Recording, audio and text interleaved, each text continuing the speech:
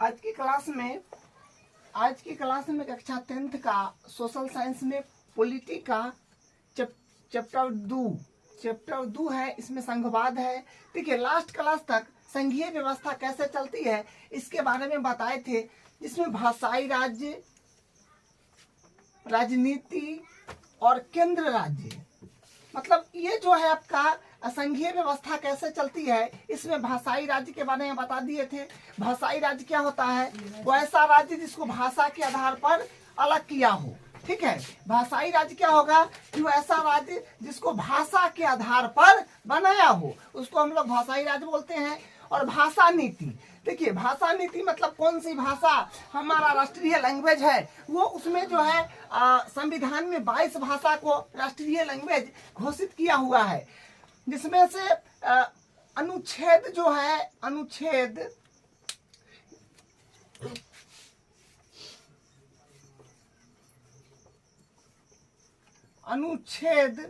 8 में है।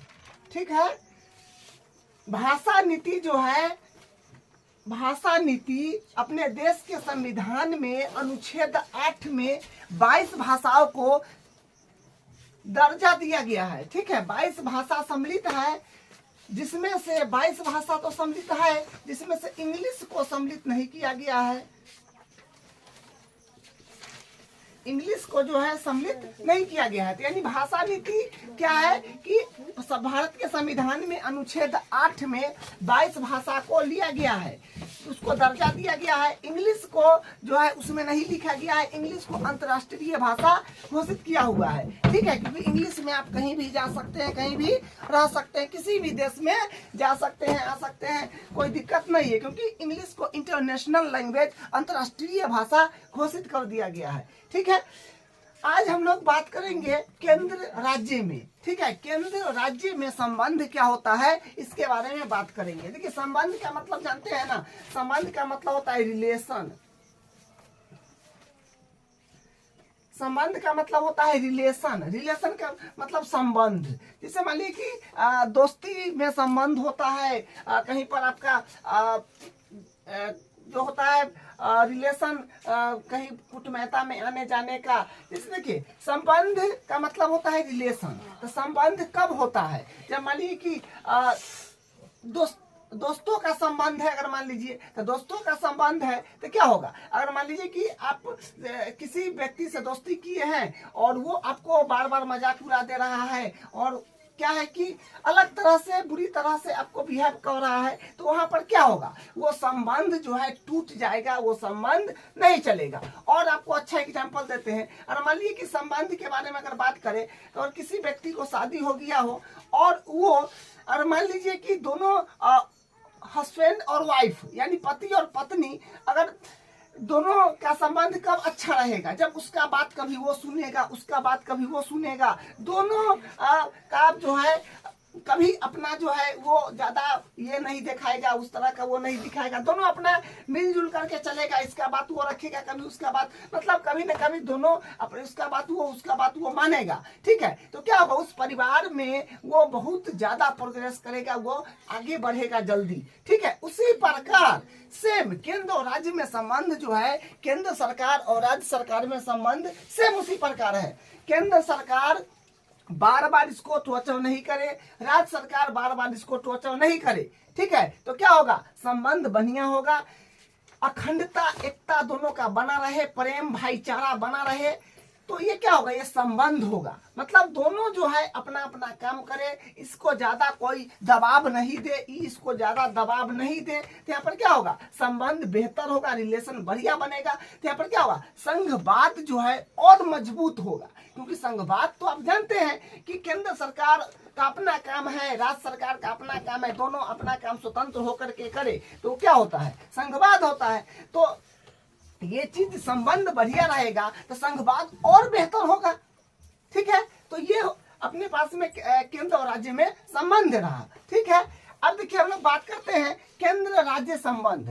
केंद्र राज्य संबंध जो आपको बताए, एक पहला होता है केंद्र सरकार और एक होता है राज्य सरकार, और दोनों का अपना अपना काम होता है, दोनों अपना अपना काम स्वतंत्र रूप से करता है। ठीक है, पहला क्या होता है? केंद्र सरकार और दूसरा हो जाएगा राज्य सरकार। देश में केंद्र सरकार और राज्य सरकार होता है और दोनों का अपना अपना काम होता है। दूसरा देखिए, केंद्र सरकार मजबूत। हाँ, आपको बताए हैं फर्स्ट बारे में बताए थे कि केंद्र सरकार थोड़ा सा मजबूत होता है, केंद्र सरकार थोड़ी सी मजबूत होती है। तो मजबूत होती है तो ऐसा भी नहीं कि अगर राज्य सरकार को बार बार टॉर्चर करे कि नहीं नहीं नहीं जो हम करेंगे वही होगा, ये मतलब अलग तरह से जो है ये करेगा तो क्या होगा, वहां के सरकार की जो है थोड़ा सा दबाव बढ़ेगा। मतलब ये बार बार अपना ताकत दिखाएगा, ये कहेगा नहीं नहीं हम जो करेंगे वही है। तो ये यहाँ पर ये मजबूती थोड़ा सा है, तो राज्य सरकार को ये ज्यादा दबाव नहीं दे सकता है, ज्यादा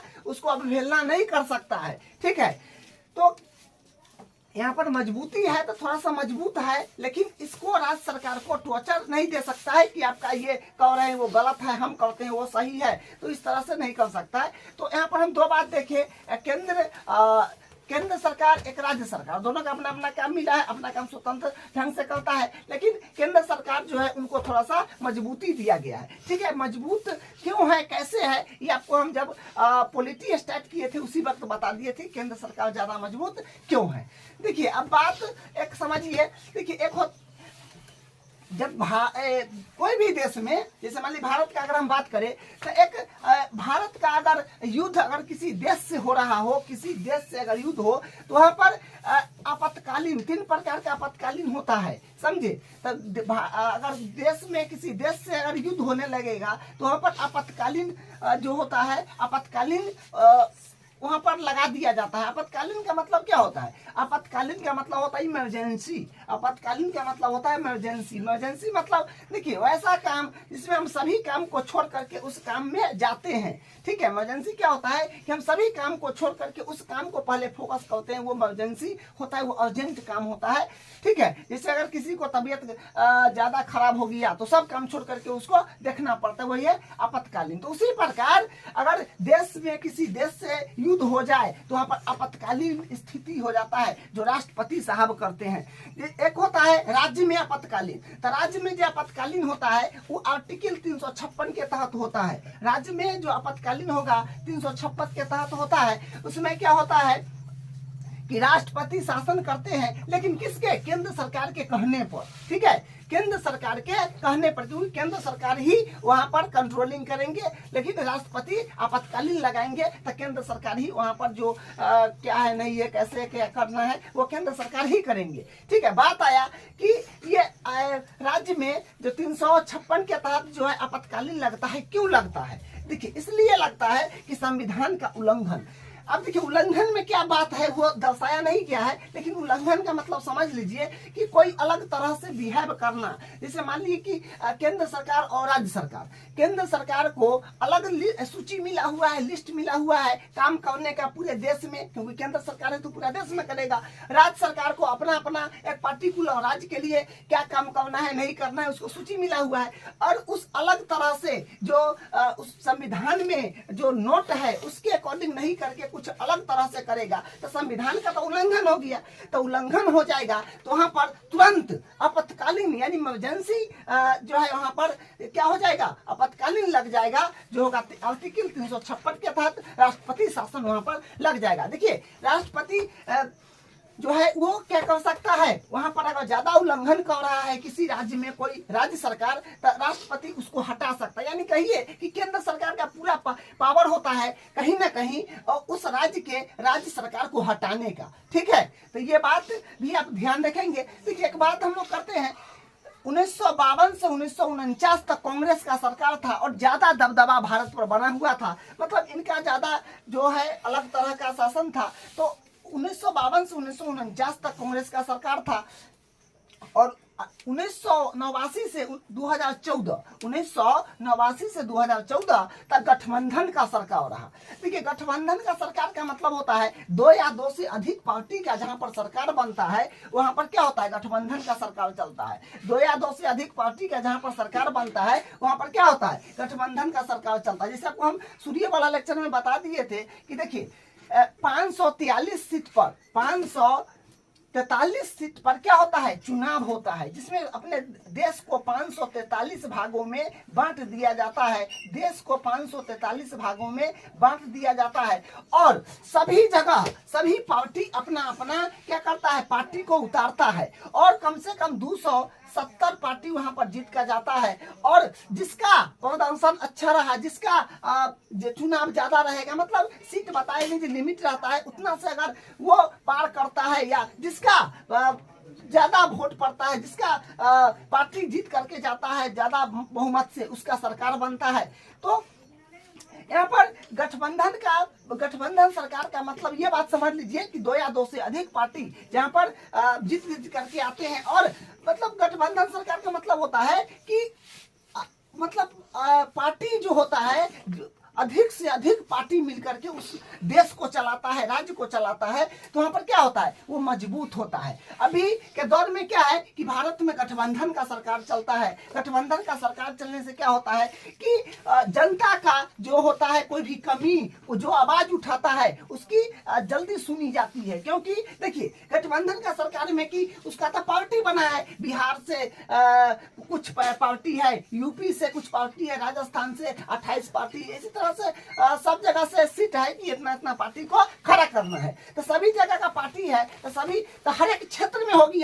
किसी क्षेत्र में कोई अगर काम करवाना है, कोई ज्यादा कुछ करना है, तो वहां से क्या करेगा, वो जो है पार्टी का सरकार उसको जल्दी सुनेगा और वहां पर काम क्या होगा, जल्दी होगा। इसलिए गठबंधन का सरकार जो है ये संघीय शासन व्यवस्था बहुत अच्छे से निभा रहा है और ये संघीय शासन व्यवस्था और भी मजबूत कर रहा है और इसी का सरकार अब बनते जा रहा है। ठीक है, 2014 में जो मोदी जी है, बीजेपी, ये 2014 में इनका सरकार बना था। ठीक है, तो ये बात यहाँ पर देखें। अब देखिए एक और बात हम लोग करते हैं, केंद्र राज्य संबंध।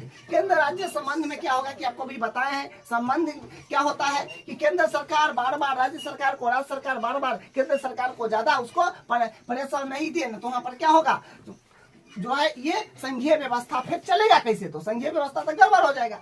तो एक ही पार्टी का शासन हो, गठबंधन, उसके बाद राज्य सरकार को मनमाने ढंग से करना मुश्किल है। मतलब राज्य सरकार को मनमाने ढंग से भंग करना मुश्किल है, क्योंकि गठबंधन का सरकार हो रहा है तो ये मनमाने ढंग से तो भंग नहीं कर सकते, क्योंकि प्रत्येक क्षेत्र में क्या है, प्रत्येक क्षेत्र में उसका पार्टी है। ठीक है, तो यहाँ पर वो जो है और मजबूत होगा। ठीक है, पहले जो था ना कांग्रेस में क्या होता था कि एक ही पार्टी राज्य में और केंद्र में सरकार चलाता था, तो उसी के मतलब एक अकेला मालिक है, तो उसी के तहत जो कहेगा उसको जो मन होगा से करेगा। अभी तक गठबंधन का सरकार है तो उसका पार्टी बहुत है, तो पार्टी भी उसका टॉर्चर करेगा, तो पार्टी वहां से छिटकना शुरू हो जाएगा, तो उसका भी सरकार में थोड़ा सा गिरावट होना शुरू हो जाएगा। इसलिए गठबंधन का सरकार मजबूत है, क्योंकि अनेकों पार्टी मिल करके उसको चला रहा है। ठीक है, अब देखिए 1950 में भारत का संविधान लागू हुआ था। तो ये संविधान लागू होने के तत्काल बाद वाले दौर की तुलना ज्यादा प्रभावी है। क्या है कि संविधान लागू होने के तत्काल बाद वाले दौर की तुलना ज्यादा प्रभावी है। देखिए केंद्र और राज्य संबंध, केंद्र और राज्य संबंध क्या है कि केंद्र और राज्य में संबंध क्या है कि केंद्र और राज्य में बहुत गहरा संबंध है और केंद्र सरकार अपना काम करता है, राज्य सरकार अपना काम करता है, उसको टॉर्चर बार बार नहीं करता है कि ये करना है वो करना है। ठीक है, तो देखिए क्या है कि पहला पॉइंट में वर्तमान राजनीति परिदृश्य के राज्य सरकारें अपनी शक्तियों का अधिक स्वतंत्र से प्रयोग कर रही है। क्या है कि वर्तमान राजनीति परिदृश्य से राज्य सरकार अपनी शक्तियों का अधिक स्वतंत्र से प्रयोग कर रही है। दूसरा में क्या है कि अब ये केंद्रीय सरकार के परिचिह्नों पर नहीं चलती है और यह सरकार को संघीय प्रकृति की मजबूती को दर्शाती है। ठीक है, तो ये आज हम लोग बात किए हैं केंद्र और राज्य। ठीक है, केंद्र और राज्य में संबंध बात किए थे। ठीक है, अब केंद्र और राज्य में संबंध के बारे में हम लोग देख लिए। अब अगले क्लास में अगला टॉपिक पर डिस्कस करेंगे। ठीक है।